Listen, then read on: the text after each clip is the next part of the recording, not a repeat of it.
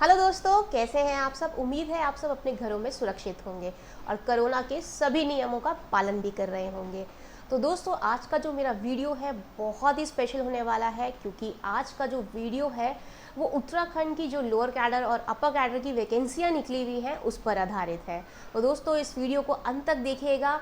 और ये जो वीडियो है ना केवल उन श्रोताओं के लिए ज़रूरी है जिन्होंने ये भर्ती भरी हुई है, बल्कि उन श्रोताओं के लिए भी बहुत ज़रूरी है ये वीडियो जो जानना चाहते हैं कि भारत में आजकल हो क्या रहा है। तो चलिए दोस्तों, बिना वक्त गवाए इस वीडियो को शुरू करते हैं। तो जो मेरा सबसे पहला सवाल है वो है हमारे नेताजी पे। नेताजी यानी सुभाष चंद्र बोस जी पे है। तो आप सब ये तो जानते हैं कि जो भारत की सबसे पुरानी रेल है उसका नाम है हावड़ा कालका मेल रेल, और इसको बदल के अब रख दिया गया है नेताजी एक्सप्रेस। अब इसी से जुड़ा मेरा एक दूसरा सवाल भी है कि नेताजी का जो जन्मदिन है वो आता है 23 जनवरी को। तो अब इसी जन्म दिवस पर अब मनाया जाएगा पराक्रम दिवस, क्योंकि ये एक तरीके से ट्रिब्यूट है हमारे नेताजी को, हमारे नेशनल हीरो को, हमारे फ्रीडम फाइटर को, एक श्रद्धांजलि है उनके लिए। और इस दिन को यानी 23 जनवरी को अब पराक्रम दिवस मनाया जाएगा। और सबसे पहले ये मनाया गया है 2021 में, यानी कि 23 जनवरी 2021 को सबसे पहले पराक्रम दिवस मनाया गया है, और आगे भी 23 जनवरी को पराक्रम दिवस कह के ही मनाया जाएगा। परंतु जो तृणमूल कांग्रेस है उन्होंने देश नायक दिवस कह के इस दिन को मनाएंगे। तो चलिए दोस्तों, अब आगे बढ़ते हैं और अब जानते हैं कोरोना वायरस के बारे में कि कोरोना वायरस हालांकि है क्या, ये कैसी डिजीज़ है, ये एपिडेमिक डिजीज़ थी या पेंडेमिक डिजीज़ है, ये कैसी डिजीज़ है।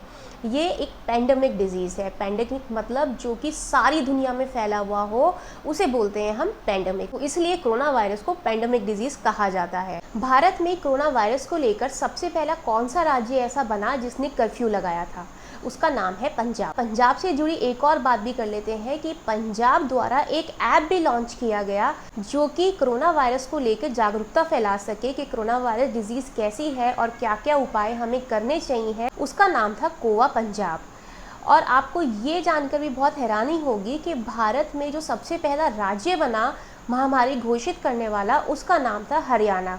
अच्छा, आप ये भी ध्यान रखिएगा कि पंजाब और हरियाणा ये दो स्टेट ऐसे हैं जो कि शेयर करते हैं एक ही कैपिटल, यानी कि पंजाब और हरियाणा की जो कैपिटल हुई वो हुई चंडीगढ़। ज़रूर याद रखिएगा, पूछा जा सकता है कि पंजाब और हरियाणा की कैपिटल का नाम क्या है, वो है चंडीगढ़। और पंजाब ही सबसे पहला राज्य बना जिन्होंने कर्फ्यू लगाया, और पंजाब ने ऐप भी लॉन्च किया इससे रिगार्डिंग अवेयरनेस फैलाने के लिए, उसका नाम था कोवा पंजाब। और हरियाणा जो था वो बना सबसे पहला राज्य जिसने कोरोना वायरस को महामारी घोषित किया। अच्छा, ये बताएं कि कोरोना वायरस को किस संस्था ने सबसे पहले महामारी घोषित किया था। वो था WHO यानी वर्ल्ड हेल्थ ऑर्गेनाइजेशन, जो कि जिनेवा में है, यानी कि स्विट्ज़रलैंड में है। तो ज़रूर ध्यान रखिएगा कि वर्ल्ड हेल्थ ऑर्गेनाइजेशन जिसका कि फॉर्मेशन हुआ यानी कि गठन हुआ 1948 में, 7 अप्रैल 1948 को हुआ। और कोरोना वायरस को लेकर ये भी ज़रूर याद रखिएगा कि वैज्ञानिकों द्वारा कोरोना वायरस को सबसे पहले नाम दिया गया था सार्स SARS-CoV-2। इसका फुल फॉर्म हुआ severe acute respiratory syndrome corona virus 2। एक नाम है मनीष कुमार, ये एम्स के स्वच्छता कर्मचारी हैं। ये नाम मैं इसलिए ले रही हूँ क्योंकि ये भारत में सबसे पहले व्यक्ति बने जिन्होंने भारत की स्वदेशी वैक्सीन लगवाई थी। और एक और सवाल कोरोना वायरस से संबंधित बहुत ही ज़रूरी है जानना कि जो कोरोना वायरस है अगर उसे हम माइक्रोस्कोप से देखते हैं तो वो एक क्राउन की तरह दिखता है ना। मज़ेदार बात कि जो कोरोना वायरस है वो एक क्राउन की तरह दिखता है, सबके सरों के ऊपर बैठा हुआ है और बवाल मचा रखा है पूरी दुनिया में। तो ज़रूर बच के रहिएगा और सारे सुरक्षित उपाय ज़रूर अपनाइएगा। सरकार द्वारा नियम बनाए गए हैं कि हाथ धोने हैं, 2 गज की दूरी मेंटेन करनी है, मास्क ज़रूर पहनना है, सैनिटाइज़र ज़रूर रखिएगा, क्योंकि अगर आप सुरक्षित हैं तो आपके घर पे भी सब सुरक्षित रहेंगे। तो चलिए अब आगे बढ़ते हैं और कुछ और जानते हैं भारत के बारे में। अच्छा, जो एमवे इंडिया है उसके ब्रांड एम्बेसडर कौन है? उनका ब्रांड एम्बेसडर का नाम है मीराबाई चानू। और जो टाटा AIA लाइफ इंश्योरेंस के ब्रांड एम्बेसडर का नाम क्या है? उनका नाम है नीरज चोपड़ा। अच्छा, जो केरला के एडवेंचर टूरिज्म के ब्रांड एम्बेसडर का नाम क्या है? पिया श्री जयेश। देश का सबसे पहला इग्लू कैफ़े कहाँ पे है? वो है जम्मू एंड कश्मीर में। और जो एम्प्यूटी क्लिनिक है वो कहाँ पे है? वो है चंडीगढ़ में। कुछ ही समय पहले एक हवाई पट्टी, आपातकालीन हवाई पट्टी निर्माण हुई है। ये आप मुझे उत्तर देके ज़रूर बताइएगा कहाँ पे हुई है। तो चलिए अब आगे बढ़ते हैं और अब जानते हैं उत्तराखंड के बारे में। अब ये बताएं कि उत्तराखंड की अर्थव्यवस्था को क्या कहा जाता है? उत्तराखंड की अर्थव्यवस्था को कहा जाता है मनी ऑर्डर। तो अब ये बताएं कि गंगा को राष्ट्रीय नदी कब घोषित किया गया था? ये घोषित किया था 2008 में 4 नवंबर को। बाल मिठाई तो सबको बहुत पसंद है, पर आप क्या जानते हैं कि ये प्रचलित कहाँ की है, सबसे ज़्यादा फेमस कहाँ की है बाल मिठाई? वो है अल्मोड़ा की। पौंटा नाम करके एक आभूषण है, वो आप बताइए कि कहाँ पहना जाता है? वो पहना जाता है, पौंटा तो समझ जाइए, पा है ना, तो पौंटा मतलब पैर, यानी कि पैरों में पहना जाता है। पौंटा नामक करके एक आभूषण है, वो पैरों में पहना जाता है। अब ये बताएं कि उत्तराखंड का मुख्य व्यवसाय कौन सा है? उत्तराखंड का जो मुख्य व्यवसाय है वो है कृषि। और ये भी जान के आपको हैरानी होगी कि जो टिहरी है उसे पुराने समय में कहा जाता था धुनार बस्ती। MS धोनी का तो नाम आप सबने सुना होगा। तो आप ये बताएं कि उत्तराखंड में ये किस चीज़ के ब्रांड एम्बेसडर हैं? गोविंद वल्लभ पंत जी एक ऐसे एकमात्र व्यक्ति हैं जिन्हें भारत रत्न से सम्मानित किया गया था।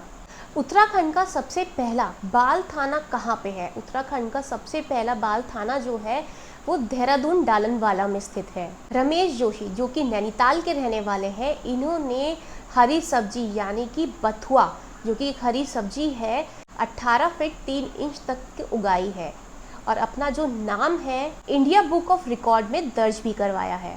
रमेश जोशी जो कि कोटा बाग के रहने वाले हैं, जो कि नैनीताल डिस्ट्रिक्ट में है। अब हम फिर से आ जाते हैं कोरोना वायरस के बारे में। कोरोना वायरस के बारे में अब ये भी हम जान लेते हैं कि जो सोशल मीडिया पे इंस्टाग्राम, फेसबुक और ये व्हाट्सएप और गूगल, ये जो है इन्होंने कौन कौन से फीचर्स या वेबसाइट लॉन्च करी कोरोना वायरस के बारे में जागरूकता बढ़ाने के लिए। तो जो इंस्टाग्राम द्वारा फीचर लॉन्च किया गया उसका नाम था इंस्टाग्राम फीड। व्हाट्सएप द्वारा लॉन्च किया गया उसका नाम था व्हाट्सएप चैटबॉट, क्योंकि ये बहुत ही अजीब सा नाम है तो ये याद भी रहेगा, व्हाट्सएप चैटबॉट। और जो फेसबुक द्वारा फीचर बनाया गया था उसका नाम था कोरोना वायरस इंफॉर्मेशन सेंटर। और जो गूगल द्वारा वेबसाइट लॉन्च करी गई थी उसका नाम था google.com/covid19। तो ज़रूर याद रखिएगा, ये 3-4 सोशल मीडिया के ऊपर ज़रूर पूछा जा सकता है कि किस किस ने क्या क्या फ़ीचर और क्या क्या फ़ीचर और क्या क्या ऐप्स और कौन कौन सी वेबसाइट लॉन्च की गई थी। तो दिमाग में बिठा लिएगा, बहुत बहुत आसान है। इंस्टाग्राम में इंस्टाग्राम फीड, व्हाट्सएप ने व्हाट्सएप चैटबॉट और फेसबुक ने किया था कोरोना वायरस इंफॉर्मेशन सेंटर और गूगल द्वारा वेबसाइट लॉन्च करी गई थी उसका नाम था google.com/covid19। तो आगे बढ़ते हैं और जान लेते हैं थोड़ा बहुत कुछ ओलंपिक गेम्स के बारे में। टोक्यो ओलंपिक गेम्स जो पूरा नाम है टोक्यो ओलंपिक गेम्स 2020, इसे 2020 इसलिए कहा जा रहा है क्योंकि इसे लॉन्च करने में देरी हो गई थी कोरोना वायरस की वजह से, इसलिए 2021 में इसे लॉन्च करा गया, इस गेम की शुरुआत करी गई। पर इसका जो नाम है टोक्यो ओलंपिक गेम्स 2020 और इसका जो दूसरा नाम है वो इसका नाम है 32nd Tokyo summer Olympic games 2020, जो कि शुरुआत हुई टोक्यो में 23 जुलाई से 8 अगस्त तक ये गेम्स चले। और जो भारत है उसने 48 रैंक आई है उनकी, और इसमें जो नीरज चोपड़ा हैं उन्होंने गोल्ड मेडल जीता है। और जो भारत ने टोटल मेडल जीते हैं वो हैं 7।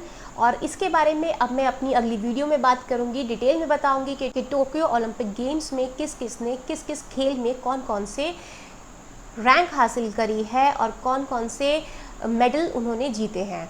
तो दोस्तों अब मैं मिलती हूँ अपनी अगली वीडियो में और उम्मीद है आपको ये वीडियो पसंद आया होगा। तो अगर पसंद आया है तो एक लाइक, सब्सक्राइब और शेयर तो बनता ही है, तो ज़रूर करिएगा, शेयर भी कीजिएगा, लाइक भी कीजिएगा और सब्सक्राइब तो ज़रूर कर लीजिएगा जो नए श्रोता हैं।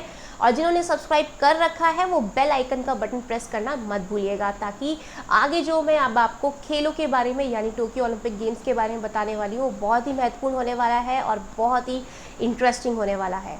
तो अब मैं मिलती हूँ अपनी अगली वीडियो में, तब तक के लिए जय हिंद, जय भारत।